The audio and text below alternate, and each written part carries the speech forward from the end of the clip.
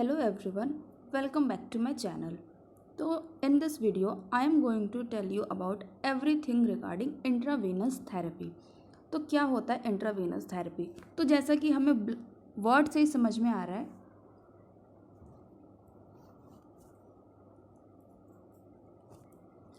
Hello everyone, welcome back to my channel. तो in this video I am going to tell you about intravenous therapy. तो क्या होता है intravenous therapy? First of all, तो जैसा कि हमें वर्ड से ही समझ में आ रहा है, वीनस यानी कोई भी वेन, कोई भी वेन जिसके अंदर हम किसी भी तरीके की डिवाइस इंसर्ट करते हैं. तो आ रहा है वर्ड समझ में इंट्रावीनस, और थेरेपी यानी एनी काइंड ऑफ मेडिकेशन और एनीथिंग एल्स. तो इंट्रावीनस थेरेपी मतलब कि कोई भी ऐसी डिवाइस जो हम वेन के अंदर इंसर्ट कर रहे हैं और उसके बाद हम किसी भी तरीके की थेरेपी जो है वो प्रोवाइड कर रहे हैं. तो इंट्रावीनस थेरेपी का पर्पस क्या है? आखिर हम क्यों वेन के अंदर किसी भी तरीके की डिवाइस को इंसर्ट कर रहे हैं?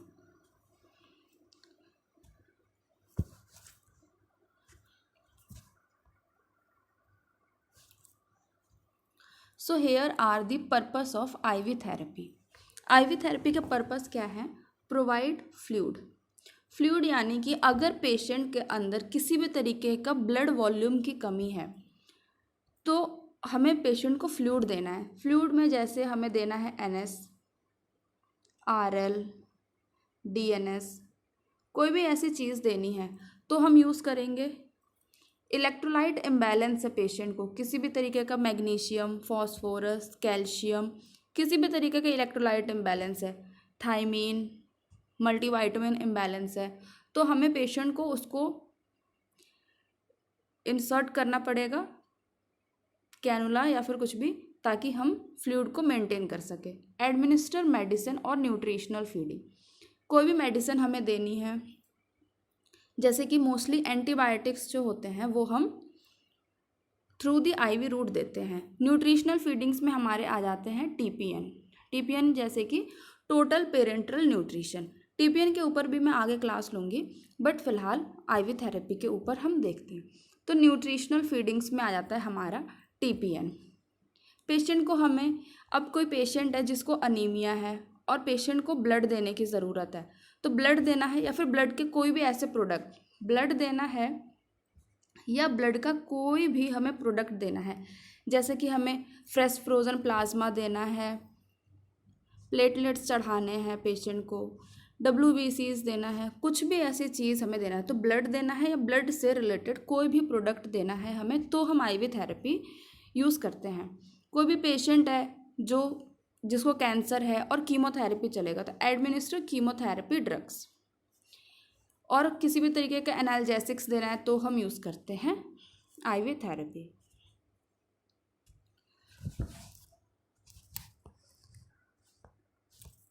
तो इंट्रावीनस असिस्ट डिवाइसेस क्या होते हैं? कौन कौन सी ऐसी डिवाइसेस हैं जिसको हम वेन में इंसर्ट कर सकते हैं?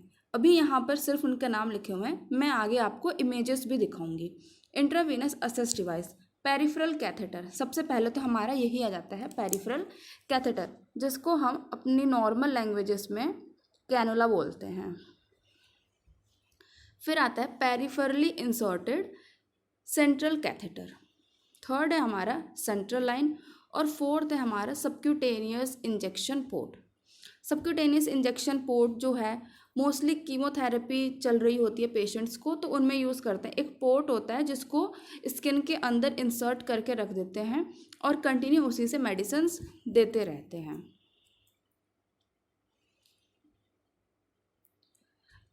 अब जो हमारा फर्स्ट है पेरिफेरल कैथेटर, उसको हम देख लेते हैं क्या होता है पेरिफेरल कैथेटर. जैसे कि इमेज में बहुत ही क्लियर दिख रहा है कि ये कैनुलास हैं, ये सारे कैनुला हैं. ये ग्रीन नंबर कैनुला है, ये पिंक है, ये ब्लू है, ये येलो है, और ये पेशेंट के हाथ में यहाँ पर इंसर्ट किया हुआ है. तो ये है हमारे पेरिफेरल कैनुलास. अब जैसे आपको यहाँ पर दिख रहा होगा ये येलो है, तो येलो ज़्यादातर हम पीडियाट्रिक्स में यूज़ करते हैं, बच्चों में ज़्यादातर हम येलो यूज़ करते हैं. ये पिंक है, पिंक, और ये ब्लू है, ब्लू है और पिंक है। पिंक ये सब जनरली जो है मेडिकेशन एडमिनिस्ट्रेशन में यूज़ करते हैं। अगर पेशेंट जा रहा है ओटी के लिए, किसी पेशेंट का ऑपरेशन होना है और लार्ज अमाउंट ऑफ वॉल्यूम की ज़रूरत है वहाँ पर, तो हम इस तरीके के ग्रीन यूज़ करते हैं। तो ये हैं हमारे कैनुलास।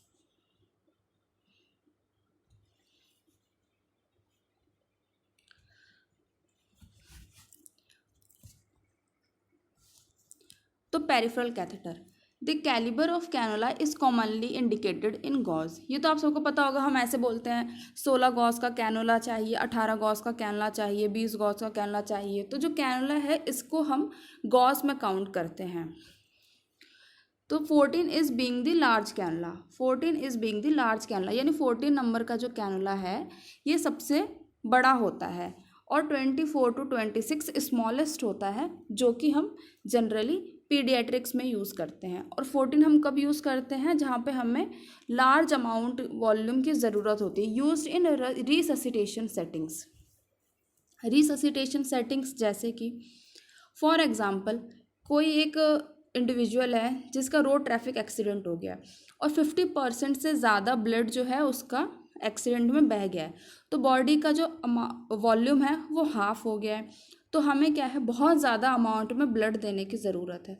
तो वहाँ पे अगर हम जनरली छोटे कैनुलास यूज़ करेंगे तो उनका डायमीटर कम होता है, और डायमीटर कम होने की वजह से इतना ज़्यादा अमाउंट में ब्लड या फिर कोई भी हम फ्लूइड नहीं दे सकते हैं। तो वहाँ पर हम 14 यूज़ करते हैं जिसके डायमीटर्स बड़े होते हैं और बहुत ही लार्ज अमाउंट में हम पेशेंट को फ्लूइड दे सकते हैं। अगर हमें किसी को ब्लड ट्रांसफ्यूज़ करना है पेशेंट को, तो हम जनरली 16 गॉज यूज़ करते हैं।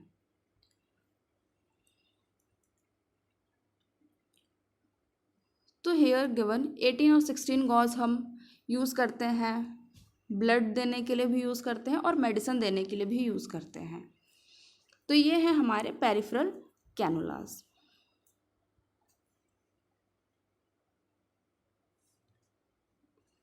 अब हम देखेंगे कि आईवी साइट को असेस कैसे करेंगे। आईवी साइट को हम कैसे असेस करेंगे कि कौन सा आईवी साइट जो है वो बेस्ट है कैनुला को इंसर्ट करने के लिए। तो सबसे पहले हम देखते हैं नोट द लोकेशन, कौन सी लोकेशन है जहाँ पर हम आईवी साइट का असेसमेंट करेंगे। सबसे पहले हम यूज़ करते हैं हैंड। हैंड को हम सबसे फर्स्ट प्रायोरिटी देते हैं। अगर हैंड में नहीं विजिबल है तो हम रिस्ट यूज़ करेंगे, फिर उसके बाद हम फोआर्म में जाएंगे, फिर एंटीक्यूबिटल फोसास में जाएंगे। अब हमने कैनुला इंसर्ट कर दिया है, आईवी साइट से हमने मेडिकेशन स्टार्ट भी कर दी है, मेडिसिन बहुत अच्छे से जा भी रही है, बट फिर भी हमें आईवी साइट को असेस करना होता है कि वहाँ पर किसी भी तरीके का कोई रेडनेस है या स्वेलिंग तो नहीं है, क्योंकि ये जनरल कॉम्प्लिकेशंस होते हैं हमारे आईवी साइट्स के। The IV site should be free of redness, swelling, tenderness. तो जहाँ पर भी हमने कैनुला को इंसर्ट किया है वो वाला जो एरिया है वहाँ पर ना तो रेडनेस होनी चाहिए, ना ही स्वेलिंग होनी चाहिए, किसी भी तरीके का कोई भी टेंडरनेस नहीं होना चाहिए। आईवी की जो ड्रेसिंग है जहाँ पे हमने कैनुला लगाया वो बहुत ही साफ़ सुथरी और सिक्योर होनी चाहिए।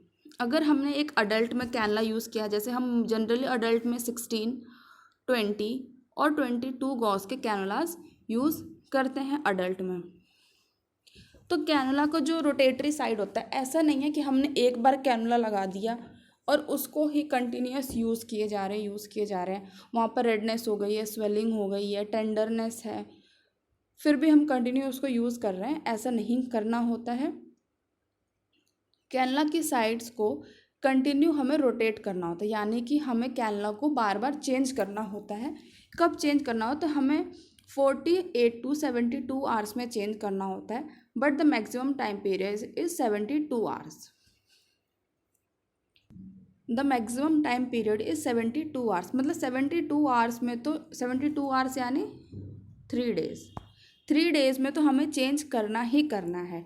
But in case of emergency 24 hour में भी हम चेंज कर सकते हैं। इन केस ऑफ इमरजेंसी जैसे कि हमने कैनुला लगाया और वहाँ पर स्वेलिंग हो गई, इनफिल्ट्रेट हो गया, वेन पंक्चर हो गई, तो ऐसे केसेस में हमें तुरंत रिमूव करना होता है।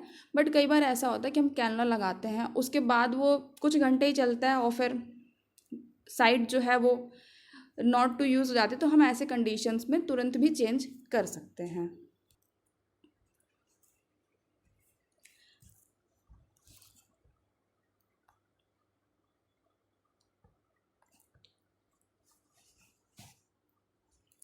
अब क्योंकि हमने कैनुला लगाया है और जैसे कि मैंने आपको बताया कैनुला के साइड को एवरी 72 आवर में हमें रिप्लेस करना होता है, but sometimes in case of emergency हमें 24 आवर्स में भी रिप्लेस करना पड़ता है।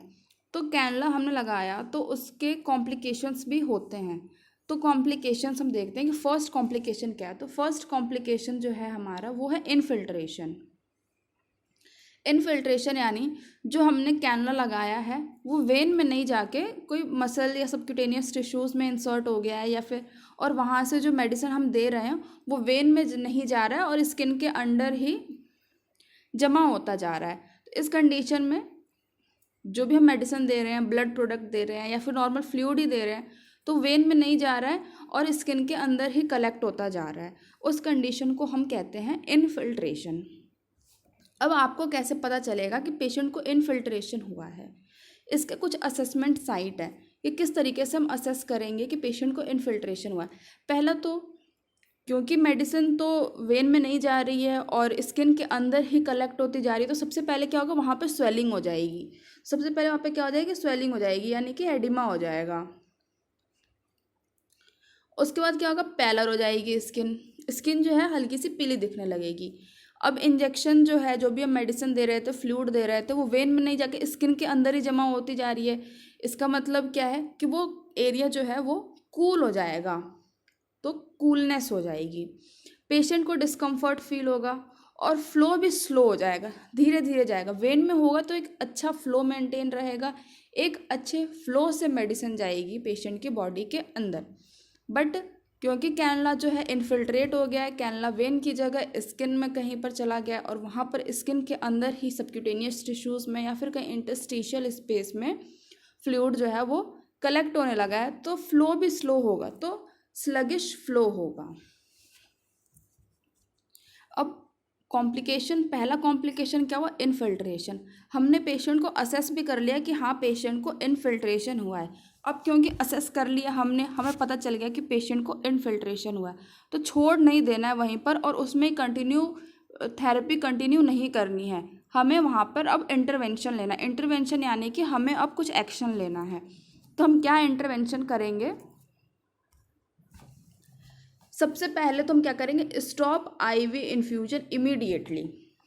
सबसे पहले हम क्या करेंगे, हम गए पेशेंट के पास, हमने देखा कि इसके हाथ में स्वेलिंग है, जहाँ पर कैनुला लगा है वो पूरा एरिया ठंडा हो गया है, फ्लूइड भी स्पीड में नहीं जा रहा है, फ्लूइड भी बहुत धीरे जा रहा है, पेशेंट को डिस्कम्फर्ट हो रहा है, पेशेंट पेन की कंप्लेन कर रहा है, एरिया पूरा येलो हो रहा है, स्वेलिंग है पूरे हाथ में, तो हमने आइडेंटिफाई कर लिया कि पेशेंट को कैनुला इनफिल्ट्रेशन हुआ है। हमारा सबसे पहला एक्शन क्या होगा, स्टॉप आईवी फ्लूइड इमीडिएटली। सबसे पहले तो आईवी फ्लूइड को बंद कर देंगे और कैथेटर को वहाँ से रिमूव कर लेंगे, यानी कि आईवी फ्लूइड बंद कर देंगे और कैनुला को वहाँ से रिमूव कर देंगे। दूसरा क्या है, एलिवेट करेंगे एक्सट्रीमिटीज़ को। एक्सट्रीमिटी जो है, एक्सट्रीमिटी को एलिवेट कर लिया।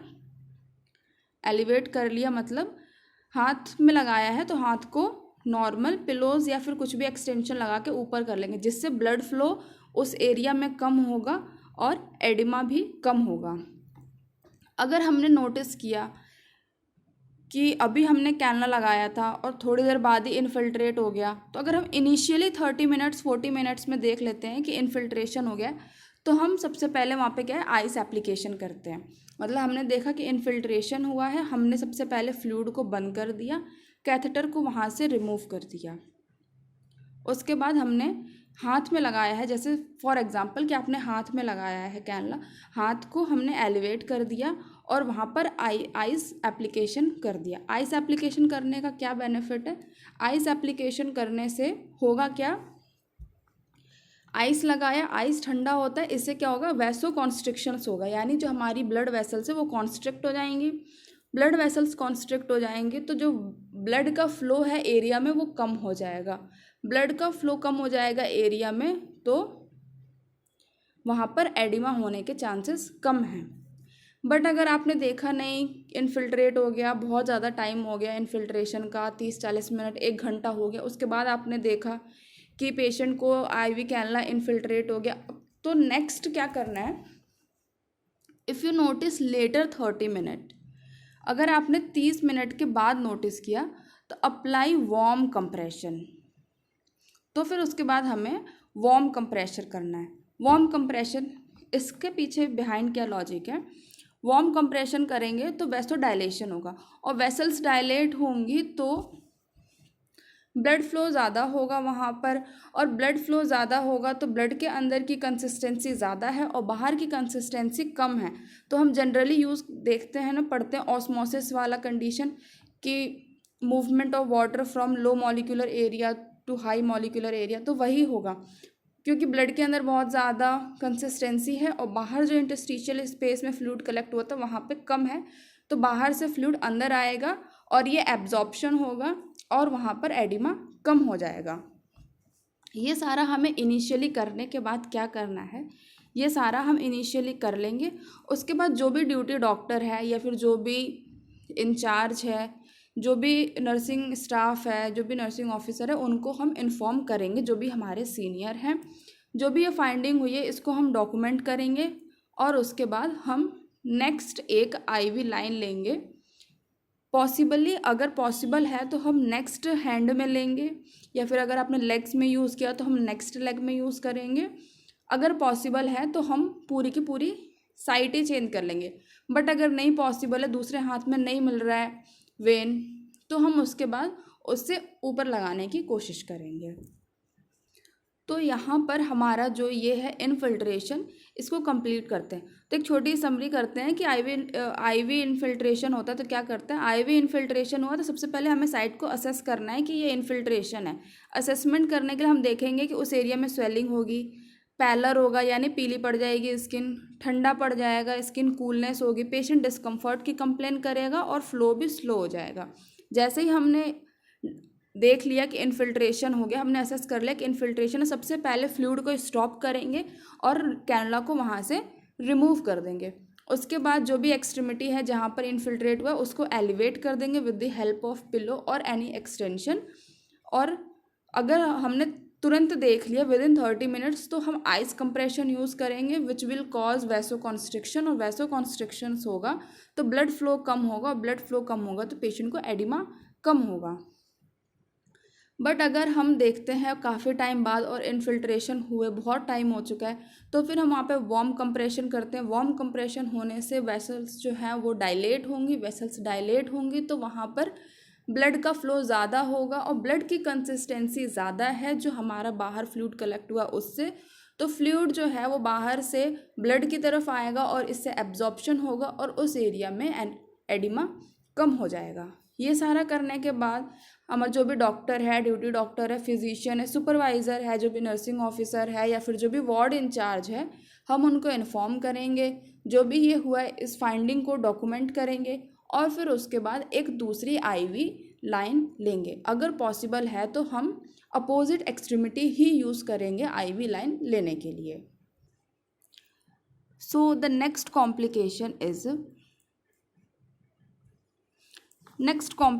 है जिसको हम कहते हैं phlebitis. Next complication is phlebitis. तो फ्लेब यानी कि हमारी वेन और आइटिस मीन्स इन्फ्लामेशन। फ्लेब यानी वेन और आइटिस मीन्स इन्फ्लामेशन। तो next complication is phlebitis that means inflammation of when. इसको हम कैसे असेस करेंगे कि पेशेंट को फ्लेबाइटिस हुआ है। असेसमेंट में हमारा redness, swelling, warmth. Now here the assessment is almost similar. जो हमारा असेसमेंट है ये ऑलमोस्ट सिमिलर है। जो हमारा असेसमेंट है वो ऑलमोस्ट सिमिलर है। If I will tell you redness उसमें इन्फिल्ट्रेशन में भी था, स्वेलिंग इन्फिल्ट्रेशन में भी था, but the major difference is phlebitis में आप देख रहे हैं कि वार्मथ है, और इन्फिल्ट्रेशन में हमने देखा था कि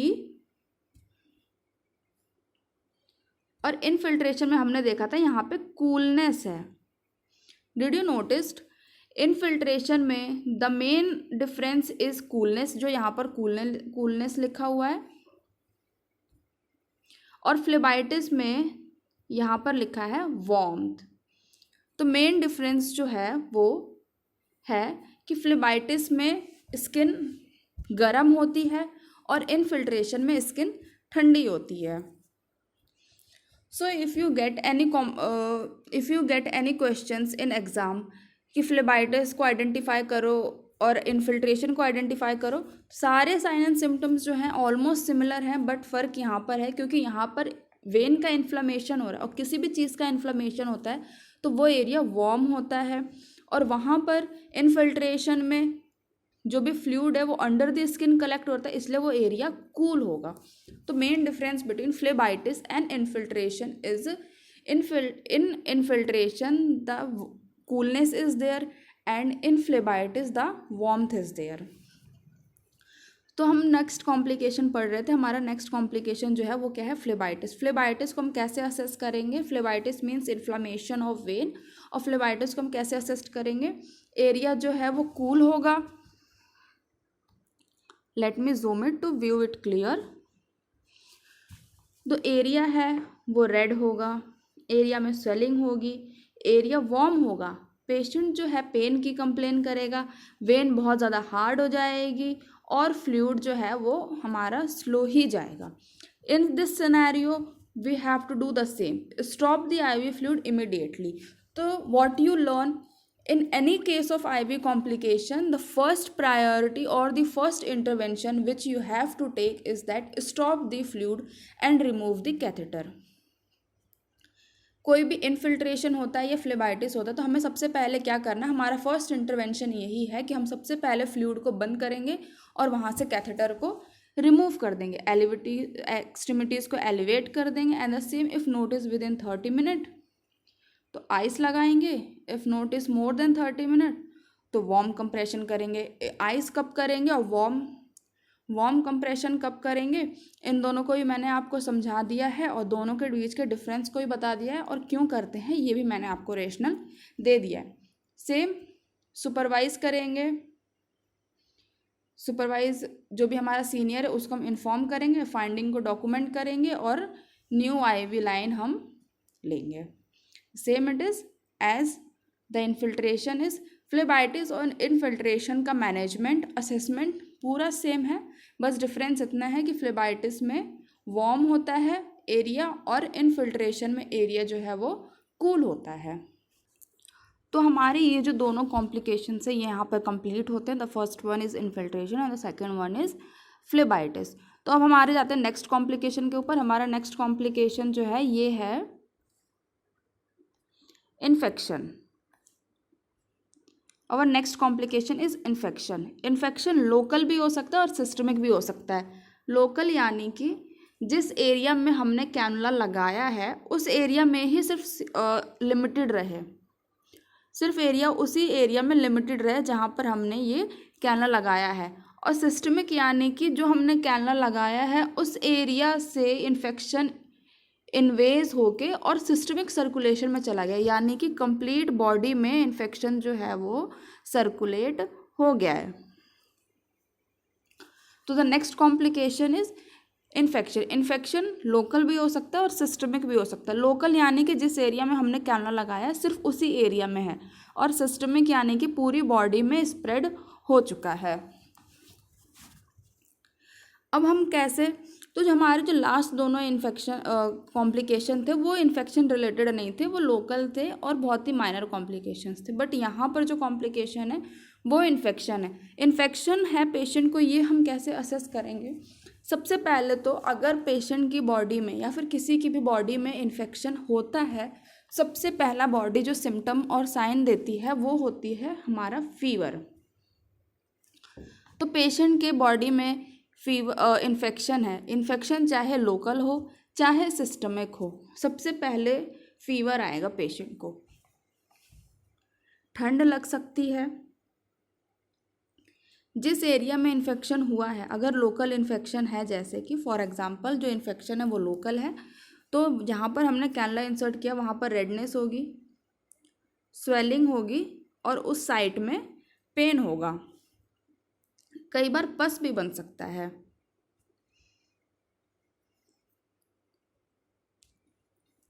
कई बार पस भी बन सकता है। Pus also indicate the sign of infection. तो साइन ऑफ इन्फेक्शंस में हमने क्या देखा,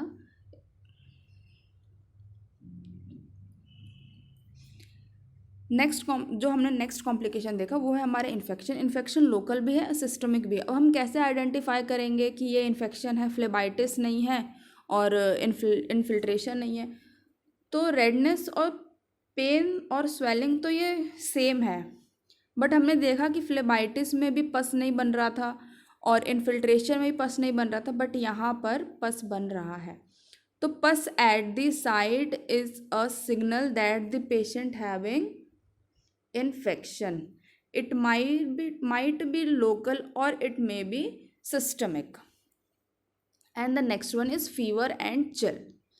बुखार आएगा और मरीज को ठंड लगेगी। Now we assess that the patient having infection might be local or might be systemic. अब हमने assess तो कर लिया कि भाई मरीज को infection है, but what we will do the intervention. अब हम क्या करेंगे? हमने असेस तो कर लिया कि पेशेंट को इन्फेक्शन है, अब इन्फेक्शन है तो उसको छोड़ नहीं देंगे। Now we will do intervention. तो इंटरवेंशन में हम क्या करेंगे? Here are our interventions. Intervention में हमारा सबसे फर्स्ट है एज यूजुअल, सबसे पहले एज यूजुअल हमारा जो है stop ivy therapy. Stop ivy therapy and remove the cannula. सबसे पहले हम यही करेंगे, आईवी थेरेपी को स्टॉप करेंगे और कैनुला को रिमूव करेंगे। Adhere with the policy of side changing. जैसे कि मैंने आपको बताया, जैसे हमने पहले ही पढ़ा, यहाँ से हम कैनुला को रिमूव करेंगे, फ्लूइड को बंद करेंगे और नेक्स्ट एक्सट्रीमिटी में हम एक नया आईवी लाइन लेंगे। जब हम नया आईवी लाइन लेंगे, use appropriate technique of IV. जो भी एप्रोप्रिएट टेक्नोलॉजी, जैसे कि हम पेशेंट के nearby. So the next step is use appropriate technique for IV start and site care. Next जो हम लाइन लेंगे उसको हम प्रॉपर टेक्निक से यूज़ करेंगे। प्रॉपर टेक्निक यानी कि हम पूरी स्टेरिलिटी मेंटेन करेंगे, एरिया को पूरा स्टेराइल रखेंगे, जो भी इंस्ट्रूमेंट यूज़ करेंगे वो पूरा स्टेराइल होना चाहिए, और एक नेक्स्ट आईवी लाइन लेंगे। फिजिशियन को बताना है, जो भी डॉक्टर है, जो भी सीनियर है, उसको बताना है डिसकंटिन्यू करना है आईवी को, और इन्फेक्शन क्या है उसको आइडेंटिफाई करना है कि पेशेंट के अंदर कौन सा इन्फेक्शन है, और उसके अकॉर्डिंग हम ट्रीटमेंट स्टार्ट करेंगे। So here we learn the complications of IV therapy. तो आईवी थेरेपी के हमने क्या क्या कॉम्प्लिकेशंस देखे? पहला हमने देखा इन्फिल्ट्रेशन। जिसमें कि so first complication we see infiltration. Infiltration में वी सी दैट इन्फिल्ट्रेशन में हमने देखा कि सबसे पहले पेशेंट को स्वेलिंग होगी, पैलर होगा, कूलनेस होगा, डिस्कम्फर्ट होगा और फ्लो जो है वो स्लो हो जाएगा। हमें सेम करना है, यहाँ पे आईवी फ्लूइड को स्टॉप करना है, एक्सट्रीमिटी को एलिवेट करना है। 30 मिनट के अंदर अगर हमने देखा तो हमें आइस एप्लीकेशन करना है, अगर हमने बाद में देखा तो हमें वार्म एप्लीकेशन करना है। हमें अपने सीनियर को इन्फॉर्म करना है, फाइंडिंग जो है इसको डॉक्यूमेंट करना है और नेक्स्ट आईवी लाइन को स्टार्ट करना है। सेम हम करेंगे दूसरे कॉम्प्लिकेशन के साथ, जो कि है हमारा फ्लेबाइटिस और इन्फिल्ट्रेशन जो भी है बिल्कुल सेम है, बस फ़र्क इतना है कि फ्लेबाइटिस में वार्म होगा एरिया और इन्फिल्ट्रेशन में एरिया जो है वो कूल होगा। बाकी इंटरवेंशन और असेसमेंट दोनों के सेम होंगे।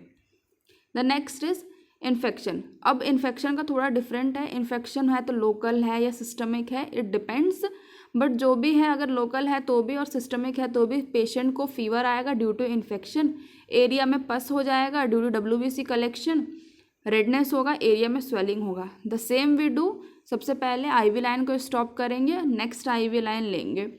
नेक्स्ट आईवी लाइन लेते वक्त हम पूरी स्टेरिलिटी का ध्यान रखेंगे, हम साइट को स्टेराइल रखेंगे, एरिया स्टेराइल रखेंगे और इस ट्रायल टेक्निक से ही हम कैनुला इंसर्ट करेंगे। जो भी ड्यूटी डॉक्टर है, जो भी सीनियर है, नर्सिंग इंचार्ज है, उनको हम इन्फॉर्म करेंगे और इन्फेक्शन को फाइंड आउट करेंगे और अकॉर्डिंग टू इन्फेक्शन हम मेडिकेशन और ट्रीटमेंट स्टार्ट करेंगे। यहाँ तक अभी हम आज करेंगे। नेक्स्ट कॉम्प्लिकेशंस, किस तरीके के आईवी फ्लूइड्स होते हैं, किस किस लाइन से हम दे सकते हैं, क्या मेजर और डिफरेंसेस हैं, वो हम नेक्स्ट वीडियो में देखेंगे। Thank you for watching.